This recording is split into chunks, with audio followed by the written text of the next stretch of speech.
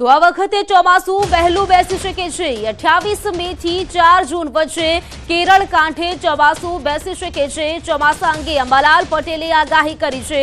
અંદમાન અને નિકોબાર ટાપુ પર અસર દેખાશે। આવતીકાલથી ટાપુ પાસે પ્રી મોન્સૂન એક્ટિવિટી 24 મે થી અરબ સાગરમાં હલચલ જોવા મળશે। આ વખતે ચોમાસું વહેલું આવવાની શક્યતા છે। તારીખ 13મી મેથી જ pre monsoon activity Andaman Nicobar ટાપુ પર થવાની શક્યતા છે। કદાચ જો હવામાનમાં ફેરફાર ન થાય તો 28 મેથી 2, 3, 4 જૂન વચ્ચે કેરળ કાંઠે ચોમાસું આવવાની શક્યતા રહેશે। પરંતુ હવે ધીરે ધીરે વરસાદની શક્યતા પણ વધશે અને લગભગ 24-25 મેથી 4 જૂન વચ્ચે અરબ સાગરમાં હલચલ શરૂ થશે। લો પ્રેશર થવાની શક્યતા રહેશે અને આ લો પ્રેશરના કારણે કદાચ ચક્રવાત થાય તો પણ વરસાદ થવાની શક્યતા લગભગ ગુજરાતના કેટલાક ભાગોમાં રહેવાની શક્યતા રહેશે। તો 28 મે થી 4 જૂન વચ્ચે વરસાદ થાય તો સારું ગણાય। રોહિણી નક્ષત્રમાં વરસાદ થાય તો સારું ગણાય। રોહિણી ઉતરતા વરસાદ તો ચોમાસું સારું ગણાય છે। 19 થી 22 મે સુધી આંધી તોફાનનો રાઉન્ડ રહેશે। કૃતિકા નક્ષત્રમાં આંધી વંટોળ સાથે વરસાદ થશે।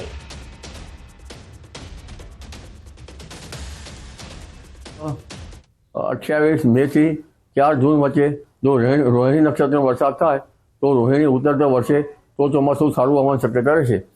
જો આમ તો વરસાદ તારીખ 19, 20, 21, 22 કૃતિકામાં થશે અને કૃતિકામાં ભારે આંધી વંટોળ સાથે વરસાદ થવાની શક્યતા રહેશે। વંટોળનું પ્રમાણ વધુ રહેશે, લગભગ 20 ગજ વધુ રહેશે અને બંગાળના ઉપસાગરમાં પણ તારીખ 13, 14, 15 મે બાદ વાવાઝોડાની પ્રક્રિયા શરૂ થઈ જશે। કેટલાક ભાગમાં હજુ પણ ભારે વરસાદ થશે। તારીખ 12મી સુધી લગભગ ઉત્તર ગુજરાતના કેટલાક ભાગમાં ભારે વરસાદ થવાની શક્યતા રહેશે। તારીખ 13મી તારીખમાં પણ કોઈ ભાગમાં વરસાદ થશે।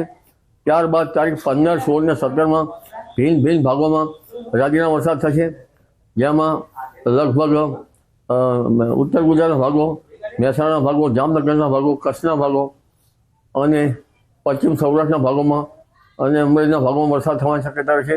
સુરેન્દ્રનગરના ભાગમાં પણ વરસાદ થવાની શક્યતા રહેશે। તો આ તરફ રોહિણી નક્ષત્રમાં વરસાદની શક્યતા છે। 28 મે થી 4 જૂન વચ્ચે રોહિણી નક્ષત્રમાં વરસાદ થશે। આ ગાળામાં કેટલાક ભાગમાં સારો વરસાદ થશે। રોહિણી નક્ષત્રનો પણ વરસાદ થવાની શક્યતા રહેશે। તારીખ 28 મે થી 4 જૂન વચ્ચે રોહિણી નક્ષત્રનો વરસાદ કોઈ ભાગમાં થવાની શક્યતા રહેશે અને આ વરસાદ લગભગ ઘણો ભાગમાં સારો છે। જોજો ભૂલ ન કરતા, ગરમી હજુ ગઈ નથી। 17મી થી ફરી ગુજરાતમાં ગરમીનો રાઉન્ડ શરૂ થશે। માવઠા બાદ હવે બફારો પરસેવો છોડાવી દેશે। કેટલાક ભાગોમાં પારો 40 ડિગ્રીએ પહોંચી શકે છે। ભેજ અને ઉકળાટનો અનુભવ થશે। 15મી બાદ ઉકળાટ ગરમીનો ડોઝ વધશે। કે તારીખ 17 થી ગરમી વચ્ચે અને મહત્તમ તાપમાન કોઈ ભાગમાં 39 ડિગ્રી કે 40 ડિગ્રી સેલ્સિયસ જેવું થવાની શક્યતા રહેશે, જેમાં મધ્ય ગુજરાતના ભાગોમાં મહત્તમ તાપમાન લગભગ 39-40 ડિગ્રી સેલ્સિયસ જેવું રહેવાની શક્યતા રહેશે। મહેસાણાના ભાગોમાં પણ 39-40 ડિગ્રી સેલ્સિયસ જેવું રહેવાની શક્યતા રહેશે। દક્ષિણ ગુજરાતના ભાગોમાં 33-34 ડિગ્રી સેલ્સિયસ જેવું રહેવાની શક્યતા રહેશે। પશ્ચિમ સૌરાષ્ટ્રના ભાગોમાં 33-34 ડિગ્રી સેલ્સિયસ જેવું મહત્તમ તાપમાન થવાની શક્યતા રહેશે। એટલે હવે ભેજ અને ઉકળાટ સાથે તારીખ 15 બાદ ગરમી વધતી જશે। તારીખ 17મી થી ઉકળાટ અને ગરમીનો દોર વધુ રહેશે, પણ ઉલ્લેખનીય છે કે તારીખ 15, 16, 17, 18માં હજુ ભિન્ન ભાગોમાં વરસાદ થવાની શક્યતા રહેશે। તો અંબાજી પંથકમાં ગાજવીજ સાથે વરસાદ। અંબાજી પંથકમાં ઉકળાટ વચ્ચે ગઈકાલે રાત્રે વરસાદ વરસ્યો છે। 4 દિવસ સળંગ પડેલા વરસાદના 1 દિવસના વિરામ બાદ ફરી અંબાજી પંથકમાં વરસાદ વરસ્યો હતો। ગરમીના ઉકળાટ બાદ વરસાદની શરૂઆત થઈ હતી। અંબાજીના બજારોમાં ફરી વરસાદી પાણીની નદીઓ વહી હતી। મિશ્ર ઋતુના કારણે રોગચાળાની ભીતિ સેવાઈ રહી છે, તો બીજી તરફ ખેડૂતો પોતાના ઉનાળુ પાક બગડવાની ભીતિને લઈને ભારે ચિંતાતુર જોવા મળી રહ્યા છે। ભર ઉનાળે સૌરાષ્ટ્રમાં નદીઓમાં ઘોડાપૂર આવ્યું છે, તો ખેડૂતોની આંખોમાં દર્દના આંસુ। સૌરાષ્ટ્ર કચ્છમાં માવઠું એવું આફત બનીને વરસ્યું કે ભર ઉનાળે નદીઓમાં ચોમાસાની માફક ગાંડીતુર બની. નદીમાં ઘોડાપુરના દ્રશ્યો સાવરકુંડલાની નાવલી નદીના છે. સાવરકુંડલાના ધજડીપરા વિસ્તારમાં માવઠાએ એવી સટાસટી બોલાવી કે નાવલી નદી પરનો ચેકડેમ ઓવરફ્લો થયો. જાણે ચોમાસું જામ્યું હોય તે રીતે વરસાદે માજા મૂકતા નદીમાં ઘોડાપુર આવ્યું. કાળઝાળ ગરમી વચ્ચે ચેકડેમ છલકાતા ખેડૂતોને દુઃખી થવાનો વારો આવ્યો. સાવરકુંડલા શહેર તેમજ આસપાસના વિસ્તારોમાં મુશળધાર વરસાદ વરસ્યો. આ આફતરૂપી વરસાદને કારણે ખેડૂતોને રડવાનો વારો આવ્યો. સાવરકુંડલા શહેર ધોધમાર વરસાદ તૂટી પડતા શહેર પાણી થઈ ગયું. સાવરકુંડલા, કાના તળાવ, હાથસણી, ચરખડિયા સહિતના ગામોમાં ભારે વરસાદથી રોડ પર નદીઓ વહી. વીજળીના કડાકા ભડાકા સાથે તીવ્ર ગતિથી વરસાદ તૂટી પડતા ખેતરો પાણી થયા. ખાંભા અને ધારી પંથકમાં પણ કમોસમી વરસાદ પડ્યો. આ તરફ ધારીમાં પણ દે ધનાધન માવઠું ત્રાટક્યું હતું. ધારી જિલ્લાના છતડિયા, ઝર, મોરજર સહિતના વિસ્તારોમાં કમોસમી વરસાદથી ખેતરોમાં ઊભા પાક ઉપર ખતરો ઊભો થયો. બાગાયતી પાક, કેરી, તલ, બાજરી સહિતના પાકોને નુકસાનની ભીતિ છે. વરસાદ વરસતા રસ્તા ઉપર વરસાદી પાણી વહેતા થયા. ગીર સોમનાથમાં પણ ગાજવીજ સાથે કમોસમી કહેર તૂટી પડ્યો હતો. એક દિવસના વિરામ બાદ ગીર ગઢડાના ગ્રામ્ય વિસ્તારોમાં અનરાધાર આફત વરસી હતી. વરસાદના કારણે ખેડૂતોની ચિંતા વધી ગઈ. કઠોળ, તલ, કેસર કેરી સહિતના પાકને વ્યાપક નુકસાનીની ભીતિ છે. જૂનાગઢ જિલ્લાના કેશોદ પંથકમાં પણ કડાકા ભડાકા સાથે માવઠાની સવારી આવી પહોંચી હતી. કેશોદના અજાબમાં ધોધમાર વરસાદથી રોડ પર પાણી વહેતા થયા. ભારે ઉકળાટ વચ્ચે બપોરથી માવઠાએ મંડાણ કર્યું. ધોધમાર વરસાદ વરસતા વાતાવરણમાં ઠંડક પ્રસરી. આ દ્રશ્યો અમદાવાદના છે.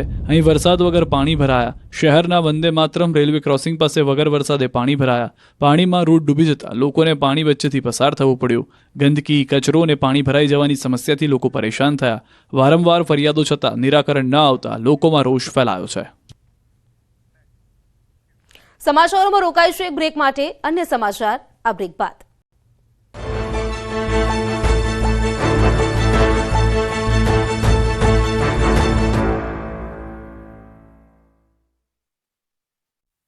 પીએમ મોદીએ ઓપરેશન સિંદૂરને લઈને રાષ્ટ્રને કર્યું સંબોધન. પ્રધાનમંત્રી ઓપરેશન સિંદૂરને કરોડો ભારતીયોની ભાવના અને ન્યાયનું પ્રતીક ગણાવ્યું.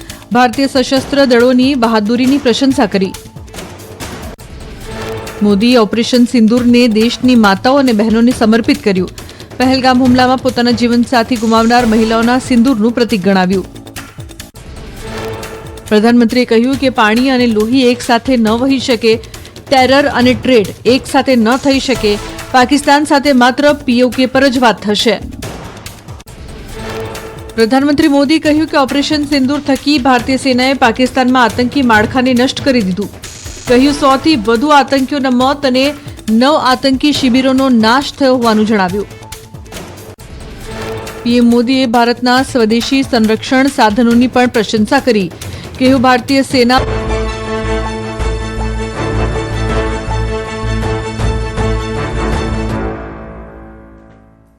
બ્રેક બાદ ફરી આપનું સ્વાગત છે.